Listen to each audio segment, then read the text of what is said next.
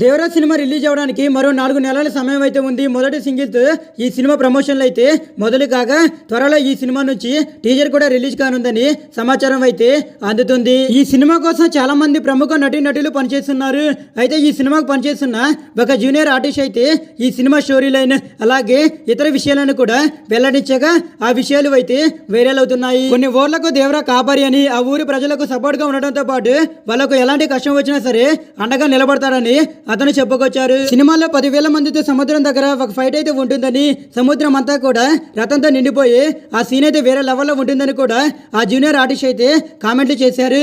Junior NTR నటన mind blowing గా ఉంటుందని కూడా ఆ నటుడు అయితే కామెంట్లు చేశారు. తారక్ సింగిల్ టేక్ లోనే సీన్లను పూర్తి చేశారని, దేవర అభిమానులకు ఖచ్చితంగా నచ్చేలా ఉంటుందని కూడా ఆ నటుడు అయితే వెల్లడించారు.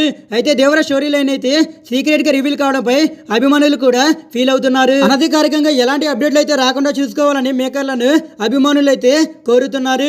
మేకర్లు సైతం ఆ జూనియర్ ఆర్టిస్ట్ కామెంట్లు చేసిన వీడియోలను డిలీట్ చేయించినట్టు అర్థమవుతుంది. అయితే 10,000 మందితో యాక్షన్ సీన్ అంటే నమ్మలేని విధంగా ఉందని కొంతమంది చెబుతున్నారు. వైరల్ అవుతున్న అప్డేట్ అయితే నిజమో కాదో తెలియాలి అంటే మరికొన్ని రోజులు ఆగాల్సింది. దేవరా సినిమాపై అంచనాలు భారీగా పెరుగుతుండగా దేవరా సినిమా రిలీజ్ సమయానికి ఏం జరుగుతుందో చూడాలి.